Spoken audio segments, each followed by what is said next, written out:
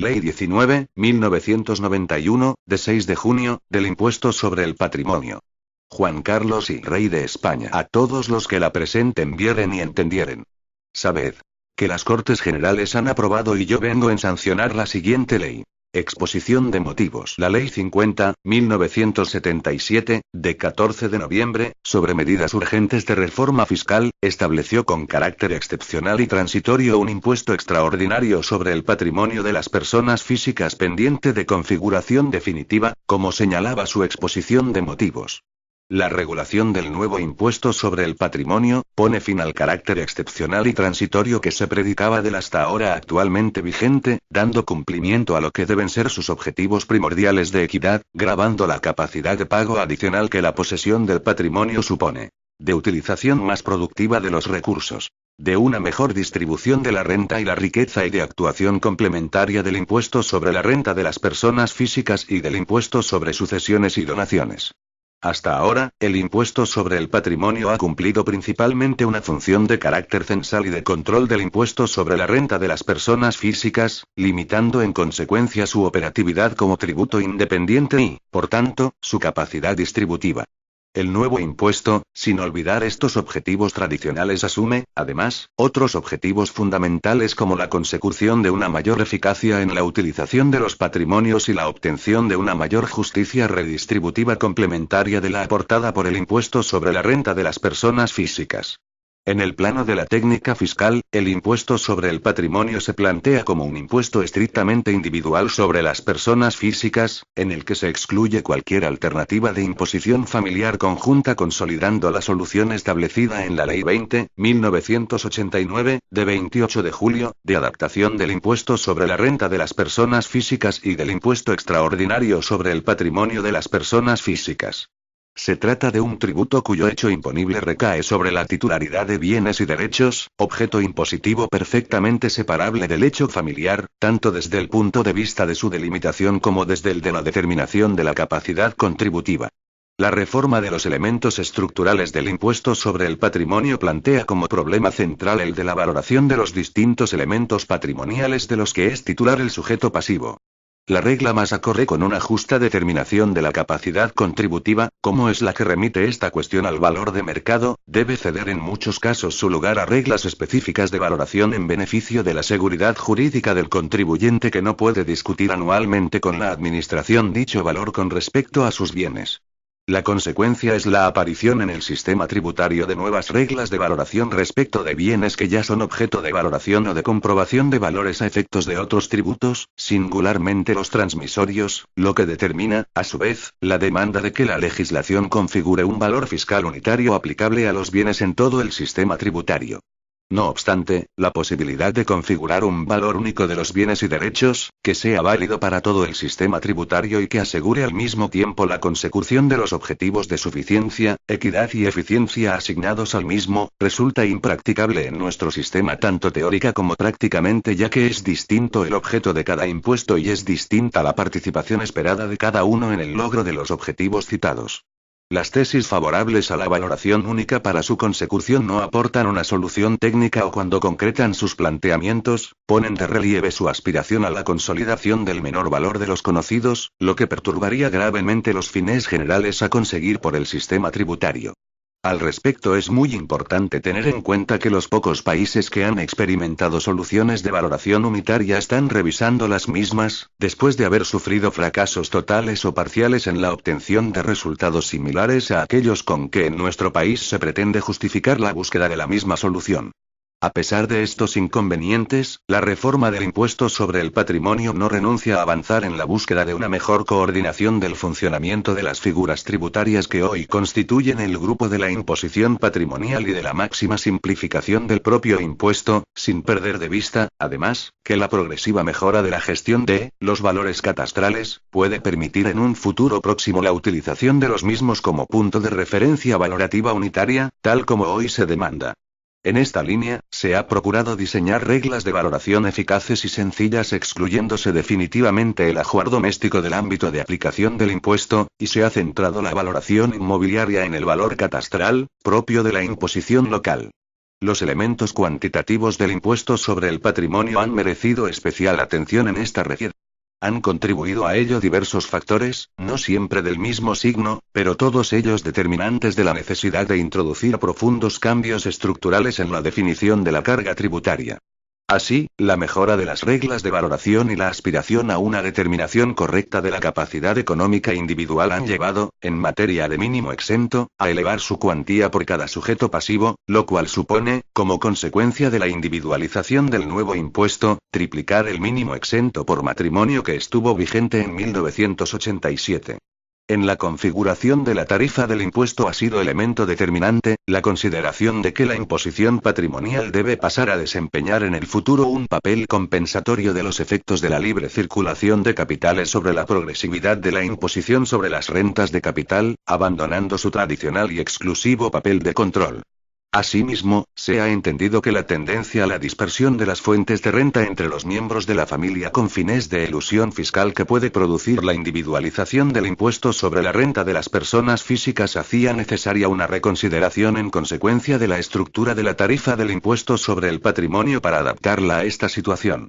En consecuencia, se eleva el marginal de la tarifa, que opera para niveles de base liquidable más bajos, mientras que el mínimo se sigue manteniendo, reforzando la progresividad del impuesto y su función redistributiva. Por razones de coherencia y de simplicidad se ha alterado también la estructura de la tarifa del impuesto sobre el patrimonio, igualándola con las del impuesto sobre la renta de las personas físicas y el impuesto sobre sucesiones y donaciones, lo que permitirá determinar directamente la cuota íntegra del impuesto, con indudables ventajas desde el punto de vista de la simplificación del cálculo. Otro aspecto importante a destacar es el que afecta al límite conjunto de las cuotas del impuesto sobre el patrimonio y el impuesto sobre la renta, cuyo funcionamiento ha tenido, en la práctica, efectos contraproducentes para la equidad tributaria, ya que ha posibilitado que la tributación de importantes patrimonios se diluya a través de la configuración estable o transitoria de una base imponible nula o insignificante en el impuesto sobre la renta. Por ello, su formulación tradicional se completa con el establecimiento de un impuesto mínimo tendente a asegurar una tributación efectiva de los sujetos pasivos que se encuentran en esta situación. Por último, en cuanto a la gestión del impuesto, se mantiene el sistema actual, por lo que la titularidad de la competencia para la gestión y liquidación corresponderá a las delegaciones o administraciones de Hacienda o, en su caso, a las oficinas con análogas funciones de las comunidades autónomas que tengan cedida la gestión del impuesto. Capítulo y disposiciones generales. Artículo 1. Naturaleza y objeto del impuesto. El impuesto sobre el patrimonio es un tributo de carácter directo y naturaleza personal que grava el patrimonio neto de las personas físicas en los términos previstos en esta ley. A los efectos de este impuesto, constituirá el patrimonio neto de la persona física el conjunto de bienes y derechos de contenido económico de que sea titular, con deducción de las cargas y gravámenes que disminuyan su valor, así como de las deudas y obligaciones personales de las que deba responder. Artículo 2. Ámbito territorial. 1. El impuesto sobre el patrimonio se aplicará en todo el territorio español, sin perjuicio de los regímenes tributarios forales de concierto y convenio económico vigentes en los territorios históricos del País Vasco y de la Comunidad Foral de Navarra, respectivamente, y de lo dispuesto en los tratados o convenios internacionales que hayan pasado a formar parte del ordenamiento interno. 2.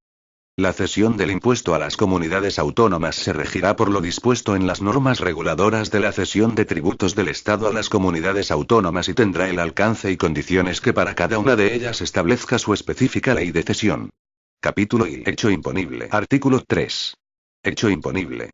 Constituirá el hecho imponible del impuesto la titularidad por el sujeto pasivo en el momento del devengo, del patrimonio neto a que se refiere el párrafo segundo del artículo y de esta ley. Se presumirá que forman parte del patrimonio los bienes y derechos que hubieran pertenecido al sujeto pasivo en el momento del anterior devengo, salvo prueba de transmisión o pérdida patrimonial. Artículo 4. Bienes y derechos exentos. Estarán exentos de este impuesto. 1.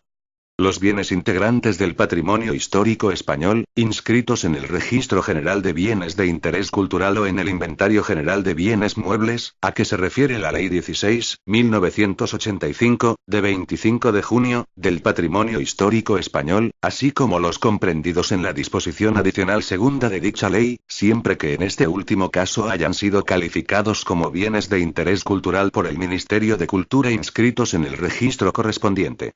No obstante, en el supuesto de zonas arqueológicas y sitios o conjuntos históricos, la exención no alcanzará a cualesquiera clase de bienes inmuebles ubicados dentro del perímetro de delimitación, sino, exclusivamente, a los que reúnan las siguientes condiciones. En zonas arqueológicas, los incluidos como objeto de especial protección en el instrumento de planeamiento urbanístico a que se refiere el artículo 20 de la Ley 16.1985, de 25 de junio.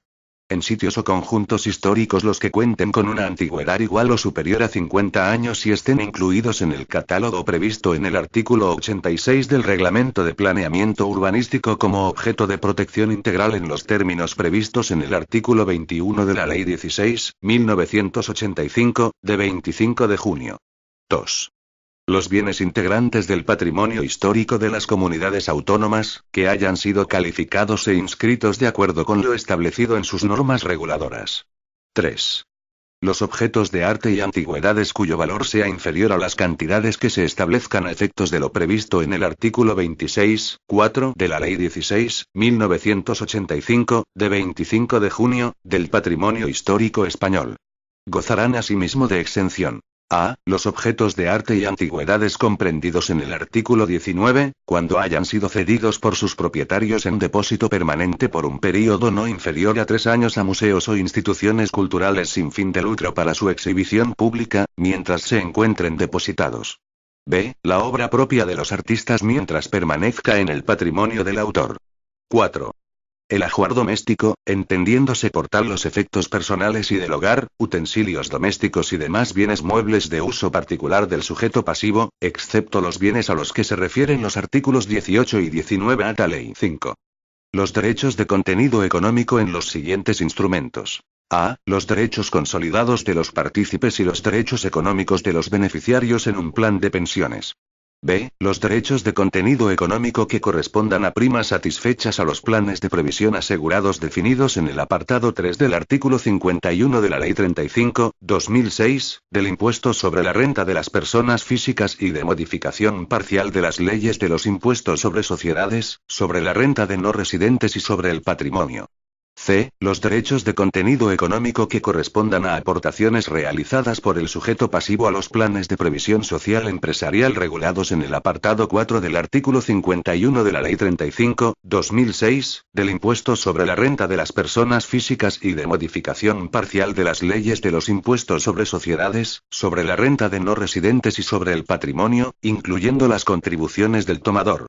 D. Los derechos de contenido económico derivados de las primas satisfechas por el sujeto pasivo a los contratos de seguro colectivo, distintos de los planes de previsión social empresarial, que instrumenten los compromisos por pensiones asumidos por las empresas, en los términos previstos en la disposición adicional primera del texto refundido de la Ley de Regulación de los Planes y Fondos de Pensiones, y en su normativa de desarrollo, así como los derivados de las primas satisfechas por los empresarios a los citados contratos de seguro colectivo.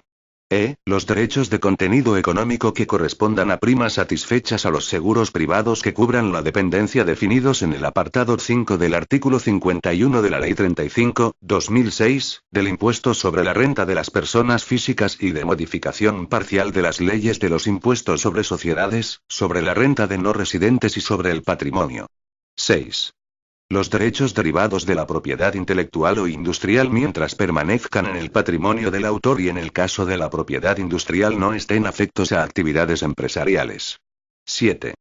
Los valores cuyos rendimientos estén exentos en virtud de lo dispuesto en el artículo 13 de la Ley de Impuestos sobre la Renta de No Residentes y normas tributarias. 8. 1.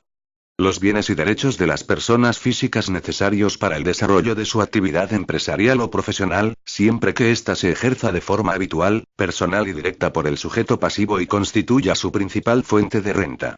A efectos del cálculo de la principal fuente de renta, no se computarán ni las remuneraciones de las funciones de dirección que se ejerzan en las entidades a que se refiere el número 2 de este apartado, ni cualesquiera otras remuneraciones que traigan su causa de la participación en dichas entidades. También estarán exentos los bienes y derechos comunes a ambos miembros del matrimonio, cuando se utilicen en el desarrollo de la actividad empresarial o profesional de cualquiera de los cónyuges, siempre que se cumplan los requisitos del párrafo anterior. 2.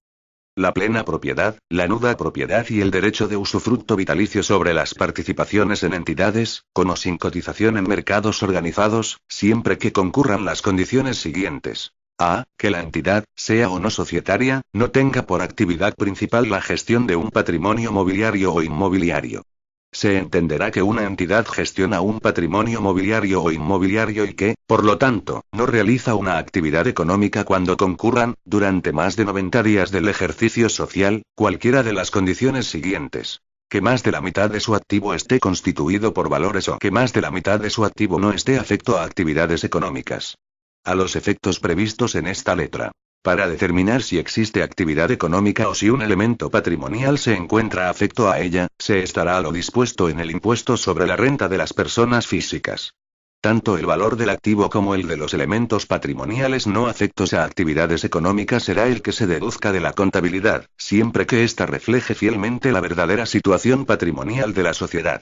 A efectos de determinar la parte del activo que está constituida por valores o elementos patrimoniales no afectos. 1. No se computarán los valores siguientes. Los poseídos para dar cumplimiento a obligaciones legales y reglamentarias.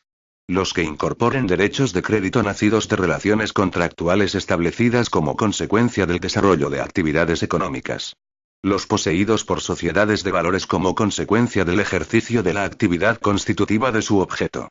Los que otorguen, al menos, el 5% de los derechos de voto y se posean con la finalidad de dirigir y gestionar la participación siempre que, a estos efectos, se disponga de la correspondiente organización de medios materiales y personales, y la entidad participada no esté comprendida en esta letra.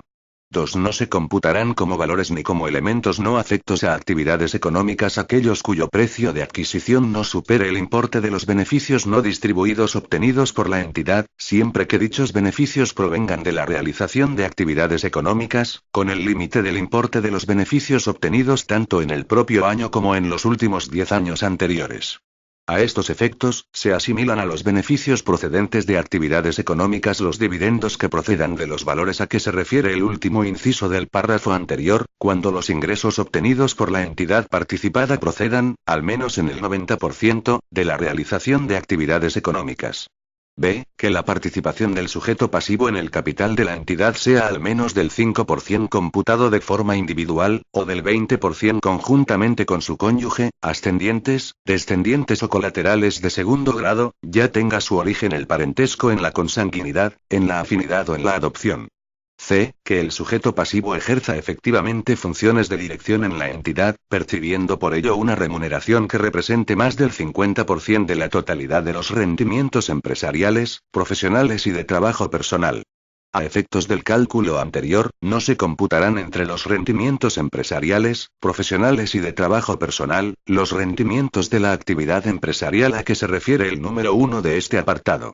Cuando la participación en la entidad sea conjunta con alguna o algunas personas a las que se refiere la letra anterior, las funciones de dirección y las remuneraciones derivadas de la misma deberán de cumplirse al menos en una de las personas del grupo de parentesco, sin perjuicio de que todas ellas tengan derecho a la exención.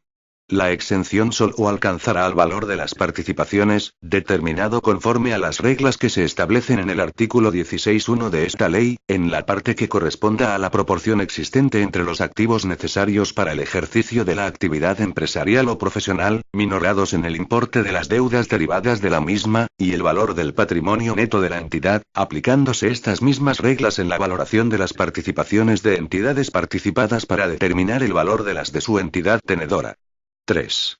Reglamentariamente se determinarán: a. Los requisitos que deban concurrir para que sea aplicable la exención en cuanto a los bienes, derechos y deudas necesarios para el desarrollo de una actividad empresarial o profesional. b. Las condiciones que han de reunir las participaciones en entidades. 9. La vivienda habitual del contribuyente, según se define en el artículo 68.1.3 de la Ley 35/2006, de 28 de noviembre, del impuesto sobre la renta de las personas físicas y de modificación parcial de las leyes de los impuestos sobre sociedades, sobre la renta de no residentes y sobre el patrimonio, hasta un importe máximo de 300.000 euros. Capítulo I. Sujeto pasivo. Sección 1. Normas generales. Artículo 5. Sujeto pasivo. 1. Son sujetos pasivos del impuesto A. Por obligación personal, las personas físicas que tengan su residencia habitual en territorio español, exigiéndose el impuesto por la totalidad de su patrimonio neto con independencia del lugar donde se encuentren situados los bienes o puedan ejercitarse los derechos. Cuando un residente en territorio español pase a tener su residencia en otro país podrán optar por seguir tributando por obligación personal en España. La opción deberá ejercitarla mediante la presentación de la declaración por obligación personal en el primer ejercicio en el que hubiera dejado de ser residente en el territorio español. B. Por obligación real, cualquier otra persona física por los bienes y derechos de que sea titular cuando los mismos estuvieran situados, pudieran ejercitarse o hubieran de cumplirse en territorio español. En este caso, el impuesto se exigirá exclusivamente por estos bienes o derechos del sujeto pasivo teniendo en cuenta lo dispuesto en el apartado 4 del artículo 9 de la presente ley. 2. Para la determinación de la residencia habitual se estará a los criterios establecidos en las normas del impuesto sobre la renta de las personas físicas. 3. Los representantes y funcionarios del Estado español en el extranjero y de organismos, instituciones o de Estado extranjeros en España, quedarán sujetos a este impuesto por obligación personal o real, atendiendo a las mismas circunstancias y condiciones que las establecidas para tales sujetos pasivos en las normas del impuesto sobre la renta de las personas físicas. Artículo 6. Representantes de los sujetos pasivos no residentes en España. 1. Los sujetos pasivos no residentes en territorio español vendrán obligados a nombrar una persona física o jurídica con residencia en España para que les represente ante la Administración tributaria en relación con sus obligaciones por este impuesto, cuando operen por mediación de un establecimiento permanente o cuando por la cuantía y características del patrimonio del sujeto pasivo situado en territorio español, así lo requiera la Administración tributaria, y a comunicar dicho nombramiento, debidamente acreditado, antes del fin del plazo de declaración del impuesto. 2. El incumplimiento de la obligación a que se refiere el apartado 1 constituirá una infracción tributaria grave y la sanción consistirá en multa pecuniaria fija de 1.000 euros. La sanción impuesta conforme a los párrafos anteriores se graduará incrementando la cuantía resultante en un 100% si se produce la comisión repetida de infracciones tributarias. La sanción impuesta de acuerdo con lo previsto en este apartado se reducirá conforme a lo dispuesto en el apartado 3 del artículo 188 de la Ley General Tributaria. 3. En todo caso, el depositario o gestor de los bienes o derechos de los no residentes responderá solidariamente del ingreso de la deuda tributaria correspondiente a este impuesto por los bienes o derechos depositados o cuya gestión tenga encomendada, en los términos previstos en el artículo 42 de la Ley General Tributaria.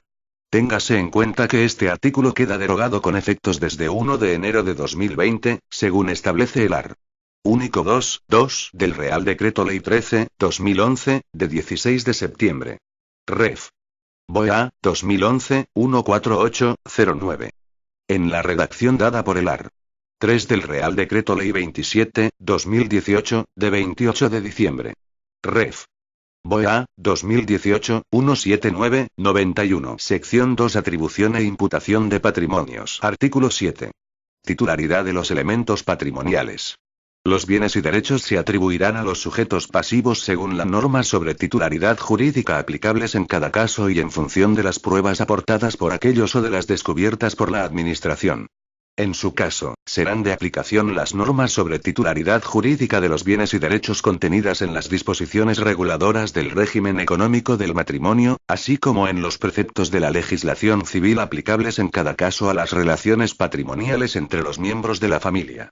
La titularidad de los bienes y derechos que conforme a las disposiciones o pactos reguladores del correspondiente régimen económico matrimonial, sean comunes a ambos cónyuges, se atribuirá por mitad a cada uno de ellos, salvo que se justifique otra cuota de participación.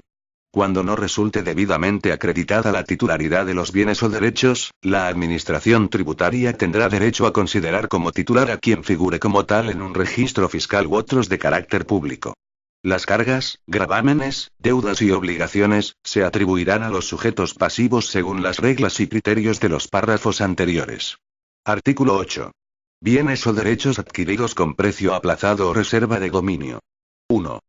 Cuando se trate de la adquisición de bienes o derechos con contraprestación aplazada, en todo o en parte, el valor del elemento patrimonial que resulte de las normas del impuesto, se imputará íntegramente al adquirente del mismo, quien incluirá entre sus deudas la parte de la contraprestación aplazada. Por su parte, el vendedor incluirá entre los derechos de su patrimonio el crédito correspondiente a la parte de la contraprestación aplazada. 2. En caso de venta de bienes con reserva de dominio, mientras la propiedad no se transmita al adquirente, el derecho de éste se computará por la totalidad de las cantidades que hubiera entregado hasta la fecha del devengo del impuesto, constituyendo dichas cantidades deudas del vendedor, que será a quien se impute el valor del elemento patrimonial que resulte de las normas del impuesto. Capítulo I. Base imponible. Artículo 9. Concepto. 1. Constituye la base imponible ante impuesto el valor del patrimonio neto del sujeto pasivo. 2.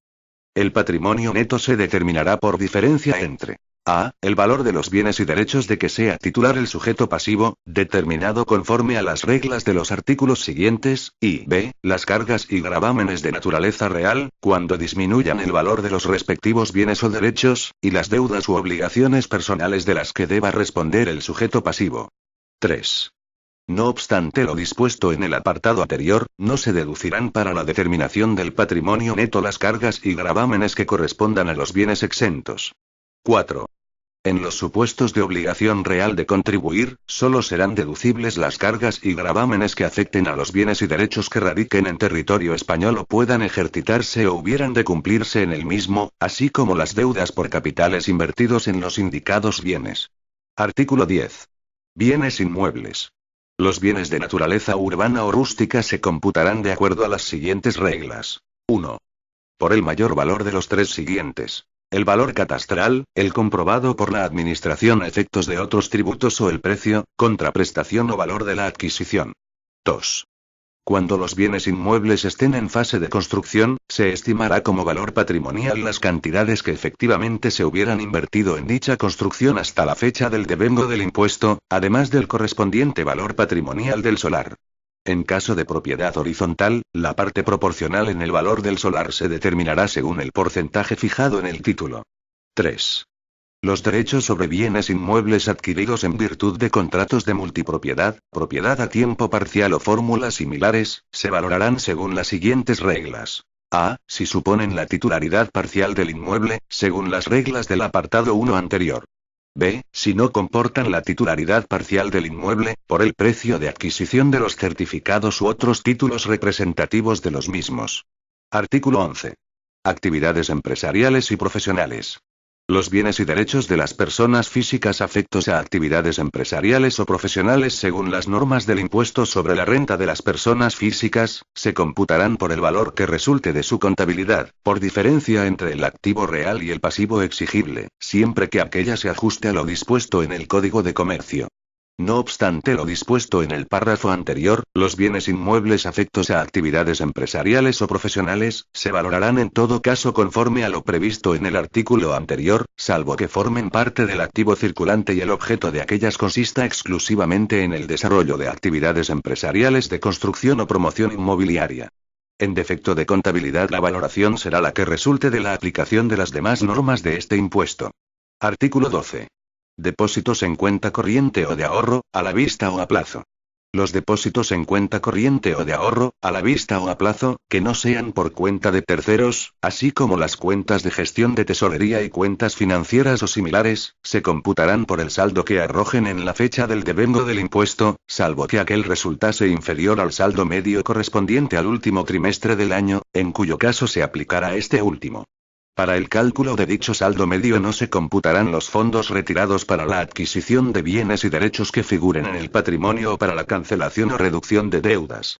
Cuando el importe de una deuda originada por un préstamo o crédito haya sido objeto de ingreso en el último trimestre del año en alguna de las cuentas a que se refiere el párrafo primero, no se computará para determinar el saldo medio y tampoco se deducirá como tal deuda. Artículo 13. Valores representativos de la cesión a terceros de capitales propios, negociados en mercados organizados. Los valores representativos de la cesión a terceros de capitales propios, negociados en mercados organizados, se computarán según su valor de negociación media del cuarto trimestre de cada año, cualquiera que sea su denominación, representación y la naturaleza de los rendimientos obtenidos. A estos efectos, por el Ministerio de Economía y Hacienda se publicará anualmente la relación de valores que se negocien en bolsa, con su cotización media correspondiente al cuarto trimestre de cada año. Artículo 14. Demás valores representativos de la cesión a terceros de capitales propios. Los valores representativos de la cesión a terceros de capitales propios, distintos de aquellos a que se refiere el artículo anterior, se valorarán por su nominal, incluidas, en su caso, las primas de amortización o reembolso cualquiera, que sea su denominación, representación y la naturaleza de los rendimientos obtenidos. Artículo 15. Valores representativos de la participación en fondos propios de cualquier tipo de entidad, negociados en mercados organizados. 1. Las acciones y participaciones en el capital social o fondos propios de cualesquiera entidades jurídicas negociadas en mercados organizados, salvo las correspondientes a instituciones de inversión colectiva, se computarán según su valor de negociación media del cuarto trimestre de cada año. A estos efectos, por el Ministerio de Economía y Hacienda se publicará anualmente la relación de los valores que se negocien en mercados organizados, con su cotización media correspondiente al cuarto trimestre del año. 2. Cuando se trate de suscripción de nuevas acciones no admitidas todavía a cotización oficial, emitidas por entidades jurídicas que coticen en mercados organizados, se tomará como valor de estas acciones el de la última negociación de los títulos antiguos dentro del período de suscripción. 3. En los supuestos de ampliaciones de capital pendientes de desembolso, la valoración de las acciones se hará de acuerdo con las normas anteriores, como si estuviesen totalmente desembolsadas, incluyendo la parte pendiente de desembolso como deuda del sujeto pasivo. Artículo 16. Demás valores representativos de la participación en fondos propios de cualquier tipo de entidad. 1. Tratándose de acciones y participaciones distintas de aquellas a que se refiere el artículo anterior, la valoración de las mismas se realizará por el valor teórico resultante del último balance aprobado, siempre que éste, bien de manera obligatoria o voluntaria, haya sido sometido a revisión y verificación y el informe de auditoría resultara favorable. En el caso de que el balance no haya sido auditado o el informe de auditoría no resultase favorable, la valoración se realizará por el mayor valor de los tres siguientes: el valor nominal, el valor teórico resultante del último balance aprobado o el que resulte de capitalizar al tipo del 20% el promedio de los beneficios de los 3 ejercicios sociales cerrados con anterioridad a la fecha del devengo del impuesto. A este último efecto, se computarán como beneficios los dividendos distribuidos y las asignaciones a reservas, excluidas las de regularización o de actualización de balances. 2. Las acciones y participaciones en el capital social o en el fondo patrimonial de las instituciones de inversión colectiva se computarán por el valor liquidativo en la fecha del devengo del impuesto, valorando los activos incluidos en balance de acuerdo con las normas que se recogen en su legislación específica y siendo deducibles las obligaciones con terceros. 3. La valoración de las participaciones de los socios o asociados, en el capital social de las cooperativas se determinará en función del importe total de las aportaciones sociales desembolsadas, obligatorias o voluntarias, resultante del último balance aprobado, con deducción, en su caso, de las pérdidas sociales no reintegradas. 4. A los efectos previstos en este artículo, las entidades deberán suministrar a los socios, asociados o partícipes certificados con las valoraciones correspondientes. Artículo 17. Seguros de vida y rentas temporales o vitalicias. 1. Los seguros de vida se computarán por su valor de rescate en el momento del devengo del impuesto. 2. Las rentas temporales o vitalicias, constituidas como consecuencia de la entrega de un capital en dinero, bienes muebles o inmuebles, deberán computarse por su valor de capitalización en la fecha del devengo del impuesto, aplicando las mismas reglas que para la constitución de pensiones se establecen en el impuesto sobre transmisiones patrimoniales y actos jurídicos documentados. Artículo 18. Joyas, pieles de carácter suntuario y vehículos, embarcaciones y aeronaves. Las joyas, pieles de carácter suntuario, automóviles, vehículos de 2 o 3 ruedas, cuya cilindrada sea igual o superior a 125 centímetros cúbicos, embarcaciones de recreo o de deportes náuticos, aviones, avionetas, veleros y demás aeronaves, se computarán por el valor de mercado en la fecha de devengo del impuesto. Los sujetos pasivos podrán utilizar, para determinar el valor de mercado, las tablas de valoración de vehículos usados aprobadas por el Ministerio de Economía y Hacienda, a efectos del impuesto sobre transmisiones patrimoniales y actos jurídicos documentados y del impuesto sobre sucesiones y donaciones, que estuviesen vigentes en la fecha de devengo del impuesto. Artículo 19. Objetos de arte y antigüedades. 1. Los objetos de arte o antigüedades se computarán por el valor de mercado en la fecha de devengo del impuesto. 2. Sin perjuicio de la exención que se contempla en el artículo 4 apartados 1, 2 y 3 de la presente ley, se entenderá por a. Objetos de arte. Las pinturas, esculturas, dibujos, grabados, litografías u otros análogos, siempre que en todos los casos, se trate de obras originales. b. Antigüedades. Los bienes muebles, útiles u ornamentales, excluidos los objetos de arte, que tengan más de 100 años de antigüedad y cuyas características originales fundamentales no hubieran sido alteradas por modificaciones o reparaciones efectuadas durante los 100 últimos años. Artículo 20. Derechos reales. Los derechos reales de disfrute y la nuda propiedad se valorarán con arreglo a los criterios señalados en el impuesto sobre transmisiones patrimoniales y actos jurídicos documentados, tomando, en su caso, como referencia el valor asignado al correspondiente bien de acuerdo con las reglas contenidas en la presente ley. Artículo 21. Concesiones administrativas. Las concesiones administrativas para la explotación de servicios o bienes de dominio o titularidad pública, cualquiera que sea su duración, se valorarán con arreglo a los criterios señalados en el impuesto sobre transmisiones patrimoniales y actos jurídicos documentados. Artículo 22. Derechos derivados de la propiedad intelectual e industrial. Los derechos derivados de la propiedad intelectual e industrial, adquiridos de terceros, deberán incluirse en el patrimonio del adquirente por su valor de adquisición, sin perjuicio de lo previsto en el artículo 11 de esta ley. Artículo 23. Opciones contractuales. Las opciones de contratos se valorarán, de acuerdo con lo que establece el impuesto sobre transmisiones patrimoniales y actos jurídicos documentos. Artículo 24. Demás bienes y derechos de contenido económico. Los demás bienes y derechos de contenido económico, atribuibles al sujeto pasivo, se valorarán por su precio de mercado en la fecha del devengo del impuesto. Artículo 25. Valoración de las deudas. 1. Las deudas se valorarán por su nominal en la fecha del devengo del impuesto y solo serán deducibles siempre que estén debidamente justificadas. 2.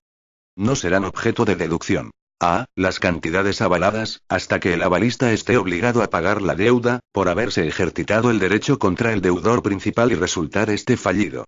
En el caso de obligación solidaria, las cantidades avaladas no podrán deducirse hasta que se ejercite el derecho contra el avalista. B. La hipoteca que garantice el precio aplazado en la adquisición de un bien, sin perjuicio de que sí lo sea el precio aplazado o deuda garantizada. 3. En ningún caso serán objeto de deducción las deudas contraídas para la adquisición de bienes o derechos exentos. Cuando la exención sea parcial, será deducible, en su caso, la parte proporcional de las deudas. Artículo 26. Determinación de la base imponible. Con carácter general, la base imponible se determinará en régimen de estimación directa. Cuando concurran las circunstancias previstas en el artículo 50 de la Ley General Tributaria, será aplicable el régimen de estimación indirecta de bases tributarias. Artículo 27. Tasación pericial. La tasación pericial contradictoria a que se refiere la Ley General Tributaria solo será de aplicación a los bienes y derechos mencionados en los artículos 18, 19 y 24 de esta ley, excepto cuando se haga uso de lo previsto en el párrafo segundo del artículo 18. Capítulo V. Base liquidable. Artículo 28. Base liquidable. 1. En el supuesto de obligación personal, la base imponible se reducirá, en concepto de mínimo exento, en el importe que haya sido aprobado por la comunidad autónoma. 2. Si la comunidad autónoma no hubiese regulado el mínimo exento a que se refiere el apartado anterior, la base imponible se reducirá en 700.000 euros. 3. El mínimo exento señalado en el apartado anterior será aplicable en el caso de sujetos pasivos no residentes que tributen por obligación personal de contribuir y a los sujetos pasivos sometidos a obligación real de contribuir.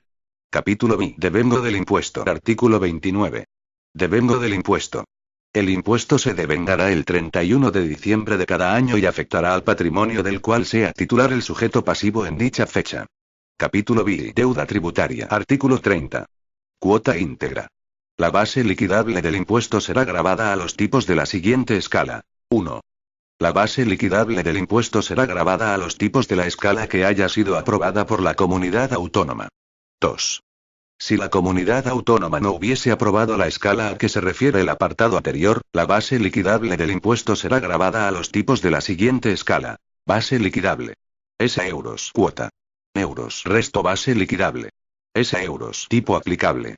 Porcentaje 0. 167.129,45. 334.252,88. 668.499,75. 1.336.999,51. 2.673.999,01. 5.347.998,03. 10.695.996,06. 0. 334,26. 835,63. 2.506,86. 8.523,36. 25.904,35. 71.362,33. 183.670,29. 167.129,45. 167.123,43. 334.246,87. 668.499,76. 1.336.999,50. 2.673.999,02. 5.347.998,03. En adelante. 0,2, 0,3, 0,5, 0,9, 1,3, 1,7, 2,1, 2,5, 3.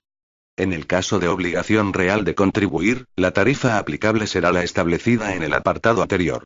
La misma tarifa será aplicable en el caso de sujetos pasivos no residentes que tributen por obligación personal de contribuir. Artículo 31. Límite de la cuota íntegra. 1. La cuota íntegra de este impuesto conjuntamente con las cuotas del impuesto sobre la renta de las personas físicas, no podrá exceder, para los sujetos pasivos sometidos al impuesto por obligación personal, del 60% de la suma de las bases imponibles de este último. A estos efectos. A. No se tendrá en cuenta la parte de la base imponible del ahorro derivada de ganancias y pérdidas patrimoniales que corresponda al saldo positivo de las obtenidas por las transmisiones de elementos patrimoniales adquiridos o de mejoras realizadas en los mismos con más de un año de antelación a la fecha de transmisión, ni la parte de las cuotas íntegras del impuesto sobre la renta de las personas físicas correspondientes a dicha parte de la base imponible del ahorro. Se sumará a la base imponible del ahorro el importe de los dividendos y participaciones en beneficios a los que se refiere la letra A, del apartado 6 de la disposición transitoria 22ª del texto refundido de la Ley del Impuesto sobre Sociedades aprobado por el Real Decreto Legislativo 4/2004, de 5 de marzo. B. No se tendrá en cuenta la parte del impuesto sobre el patrimonio que corresponda a elementos patrimoniales que, por su naturaleza o destino, no sean susceptibles de producir los rendimientos gravados por la ley del impuesto sobre la renta de las personas físicas. C. En el supuesto de que la suma de ambas cuotas supere el límite anterior, se reducirá la cuota del impuesto sobre el patrimonio hasta alcanzar el límite indicado, sin que la reducción pueda exceder del 80%. 2. Cuando los componentes de una unidad familiar hayan optado por la tributación conjunta en el impuesto sobre la renta de las personas físicas, el límite de las cuotas íntegras conjuntas de dicho impuesto y de la del impuesto sobre el patrimonio, se calculará acumulando las cuotas íntegras devengadas por aquellos en este último tributo. En su caso, la reducción que proceda a practicar se prorrateará entre los sujetos pasivos en proporción a sus respectivas cuotas íntegras en el impuesto sobre el patrimonio, sin perjuicio de lo dispuesto en el apartado anterior. Artículo 32. Impuestos satisfechos en el extranjero. 1. En el caso de obligación personal de contribuir y sin perjuicio de lo que se disponga en los tratados o convenios internacionales, de la cuota de este impuesto se deducirá, por razón de bienes que radiquen y derechos que pudieran ejercitarse o hubieran de cumplirse fuera de España, la cantidad menor de las dos siguientes. A. El importe efectivo de lo satisfecho en el extranjero, por razón de gravamen de carácter personal que afecte a los elementos patrimoniales computados en el impuesto. B. El resultado de aplicar el tipo medio efectivo del impuesto a la parte de base liquidable gravada en el extranjero. 2. Se entenderá por tipo medio efectivo de gravamen, el resultado de multiplicar por 100 el cociente obtenido de dividir la cuota íntegra resultante de la aplicación de la escala por la base liquidable. El tipo medio efectivo de gravamen se expresará con 2 decimales. 3.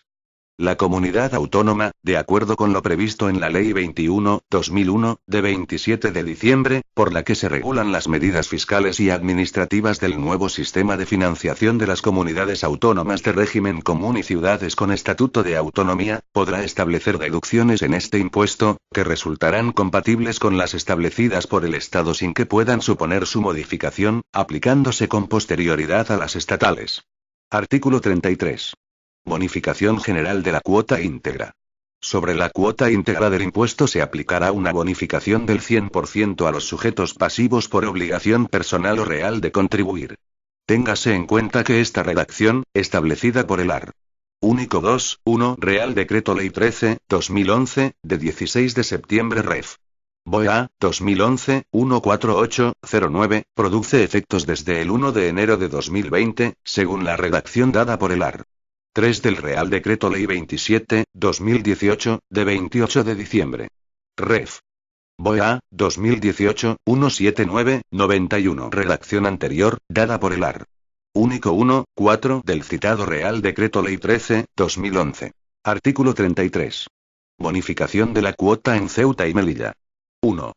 Si entre los bienes o derechos de contenido económico computados para la determinación de la base imponible figurase alguno situado o que debiera ejercitarse o cumplirse en Ceuta y Melilla y sus dependencias, se bonificará en el 75% la parte de la cuota que proporcionalmente corresponda a los mencionados bienes o derechos. La anterior bonificación no será de aplicación a los no residentes en dichas ciudades, salvo por lo que se refiera a valores representativos del capital social de entidades jurídicas domiciliadas y con objeto social en las citadas ciudades o cuando se trate de establecimientos permanentes situados en las mismas. 2. La comunidad autónoma, de acuerdo con lo previsto en la Ley 22/2009, de 18 de diciembre, por la que se regula el sistema de financiación de las comunidades autónomas de régimen común y ciudades con estatuto de autonomía y se modifican determinadas normas tributarias, podrá establecer deducciones en este impuesto, que resultarán compatibles con las establecidas por el Estado sin que puedan suponer su modificación, aplicándose con posterioridad a las estatales. Artículo 34. Responsabilidad patrimonial. Las deudas tributarias por el impuesto sobre el patrimonio tendrán la misma consideración de aquellas otras a las cuales se refiere el artículo 1365 del Código Civil y, en consecuencia, los bienes gananciales responderán directamente frente a la hacienda pública por estas deudas. Capítulo B. Gestión del impuesto. Artículo 35. Normas generales. La titularidad de las competencias de gestión, liquidación, recaudación, inspección y revisión del impuesto corresponde al Estado sin perjuicio de lo dispuesto en las respectivas leyes de cesión a las comunidades autónomas. Artículo 36. Autoliquidación. 1. Los sujetos pasivos están obligados a presentar declaración, a practicar autoliquidación y, en su caso, a ingresar la deuda tributaria en el lugar, forma y plazos que se determinen por el titular del Ministerio de Economía y Hacienda. 2. El pago de la deuda tributaria podrá realizarse mediante entrega de bienes integrantes del patrimonio histórico español que estén inscritos en el Inventario General de Bienes Muebles o en el Registro General de Bienes de Interés Cultural, de acuerdo con lo dispuesto en el artículo 73 de la Ley 16/1985, de 25 de junio, del Patrimonio Histórico Español. Téngase en cuenta que este artículo queda derogado con efectos desde 1 de enero de 2020, según establece el Art. Único 2.2 del Real Decreto Ley 13/2011, de 16 de septiembre. Ref. BOEA, 2011-14809. En la redacción dada por el Art. 3 del Real Decreto Ley 27/2018, de 28 de diciembre. Ref. BOEA, 2018-17991. Artículo 37. Personas obligadas a presentar declaración. Están obligados a presentar declaración los sujetos pasivos cuya cuota tributaria, determinada de acuerdo con las normas reguladoras del impuesto y una vez aplicadas las deducciones o bonificaciones que procedieren, resulte a ingresar, o cuando, no dándose esta circunstancia, el valor de sus bienes o derechos, determinado de acuerdo con las normas reguladoras del impuesto, resulte superior a 2 millones euros. Téngase en cuenta que este artículo queda derogado con efectos desde 1 de enero de 2020, según establece el art. Único 2.2 del Real Decreto Ley 13/2011, de 16 de septiembre. Ref. BOE 2011-14809. En la redacción dada por el art. 3 del Real Decreto Ley 27/2018, de 28 de diciembre. Ref. BOE 2018-179-91. Artículo 38. Presentación de la declaración. El titular del Ministerio de Economía y Hacienda podrá aprobar la utilización de modalidades simplificadas o especiales de declaración. La declaración se efectuará en la forma, plazos y modelos que establezca el titular del Ministerio de Economía y Hacienda, que podrá establecer los supuestos y condiciones de presentación de las declaraciones por medios telemáticos. Los sujetos pasivos deberán cumplimentar la totalidad de los datos que les afecten contenidos en las declaraciones, acompañar los documentos y justificantes que se establezcan y presentarlas en los lugares que determine el titular del Ministerio de Economía y Hacienda. Téngase en cuenta que este artículo queda derogado con efectos desde 1 de enero de 2020, según establece el art. Único 2.2 del Real Decreto Ley 13/2011, de 16 de septiembre. Ref. BOE 2011-14809. En la redacción dada por el art. 3 del Real Decreto Ley 27/2018, de 28 de diciembre. Ref. BOE 2018-179-91. Capítulo X. Infracciones y sanciones. Artículo 39. Infracciones y sanciones. Sin perjuicio de las normas especiales contenidas en la presente ley, las infracciones tributarias en este impuesto se calificarán y sancionarán con arreglo a lo dispuesto en la Ley General Tributaria. Capítulo X. Orden jurisdiccional. Artículo 40. Orden jurisdiccional. La jurisdicción contencioso-administrativa previo agotamiento de la vía económico-administrativa, será la única competente para dirimir las controversias de hecho y de derecho que se susciten entre la Administración y los sujetos pasivos en relación con cualquiera de las cuestiones a que se refiere la presente ley. Disposición adicional primera. La cesión del rendimiento de este impuesto a las comunidades autónomas se regirá por lo dispuesto en la correspondiente ley de cesión. Disposición adicional segunda. Sin perjuicio de las adaptaciones que se hagan precisas, las referencias contenidas en el ordenamiento jurídico al impuesto extraordinario sobre el patrimonio de las personas físicas o al impuesto sobre el patrimonio neto se entenderán efectuadas al impuesto sobre el patrimonio. Disposición adicional tercera. El artículo 15 de la Ley 29/1987, de 18 de diciembre, del impuesto sobre sucesiones y donaciones, quedará redactado en los siguientes términos. Artículo 15. Ajuar doméstico. El ajuar doméstico formará parte de la masa hereditaria y se valorará en el 3% del importe del caudal relicto del causante, salvo que los interesados asignen a este ajuar un valor superior o prueben fehacientemente su inexistencia o que su valor es inferior al que resulte de la aplicación del referido porcentaje. Disposición adicional cuarta. Especialidades de la tributación de los contribuyentes no residentes que sean residentes en un Estado miembro de la Unión Europea o del Espacio Económico Europeo. Los contribuyentes no residentes que sean residentes en un Estado miembro de la Unión Europea o del Espacio Económico Europeo tendrán derecho a la aplicación de la normativa propia aprobada por la comunidad autónoma donde radique el mayor valor de los bienes y derechos de que sean titulares y por los que se exija el impuesto, porque estén situados, puedan ejercitarse o hayan de cumplirse en territorio español. Disposición transitoria. Derogada. Disposición final primera.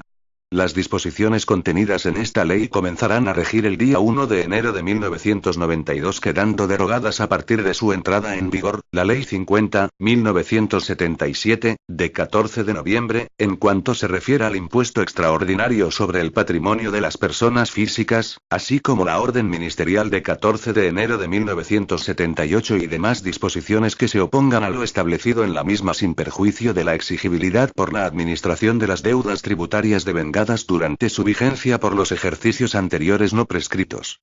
No obstante, la disposición transitoria entrará en vigor al día siguiente de la publicación de esta ley en el Boletín Oficial del Estado. Disposición final segunda. La Ley de Presupuestos Generales del Estado podrá modificar, de conformidad con lo previsto en el apartado 7 del artículo 134 de la Constitución Española, las exenciones, las reducciones de la base imponible, el límite determinante de la obligación de declarar, los tramos de la base liquidable, los tipos de la tarifa y demás parámetros cuantitativos del impuesto sobre el patrimonio. Por tanto, mando a todos los españoles, particulares y autoridades, que guarden y hagan guardar esta ley. Madrid, 6 de junio de 1991. Juan Carlos R. El presidente del gobierno, Felipe González Márquez. Este documento es de carácter informativo y no tiene valor jurídico.